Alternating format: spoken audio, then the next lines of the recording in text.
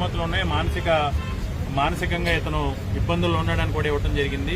అంటే తెలిసి బహుశా అప్పటి నుంచి ఇప్పటి వరకు కూడా ఆ మానసిక స్థితికి ఎలా ఉంది. మన దౌర్భాగ్యం ఏంటంటే ఇలా మానసిక అస్థిరత్వం ఉన్నటువంటి వ్యక్తులు ఈరోజు ప్రజాప్రతినిధులుగా, యాక్టర్లుగా అవార్డులు పొందుతూ, డబ్బులతో తెచ్చుకున్న అవార్డులు పొందుతూ ఇలా ఉంటాన్ని మన దురదృష్టకరం.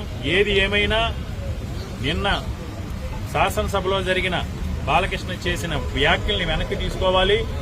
అంతేవిధంగా జగన్మోహన్ రెడ్డి గారికి, చిరంజీవి గారికి కూడా క్షమాపణ చెప్పాలని మేము డిమాండ్ చేస్తున్నాం. అంతేకాకుండా నిన్న స్పీకర్ స్థానంలో ఉన్నటువంటి డిప్యూటీ స్పీకర్ రఘురామకృష్ణరాజు గారు బాలకృష్ణ చేసిన వ్యాఖ్యల్ని ఆయన ఖండించాల్సింది పోయి, రికార్డుల నుంచి తొలగించాల్సింది పోయి, బాలకృష్ణ మాట్లాడగానే వెరీ గుడ్ అని సంబోధిస్తడం ఆయన యొక్క స్థితికి కూడా ఈరోజు మనం అర్థం చేసుకోవచ్చు. వీళ్ళు ఏంటంటే అహంకారంతో, అహంభావంతో ఉన్నారు. అధికారం అన్ని వేళలా అందరి చేతుల్లో ఉండదు. అది ప్రజలు ఇచ్చిన అధికారాన్ని అహంకారంతో కాకుండా ప్రజా సంక్షేమం కోసం, రాష్ట్ర అభివృద్ధి కోసం మీ అధికారం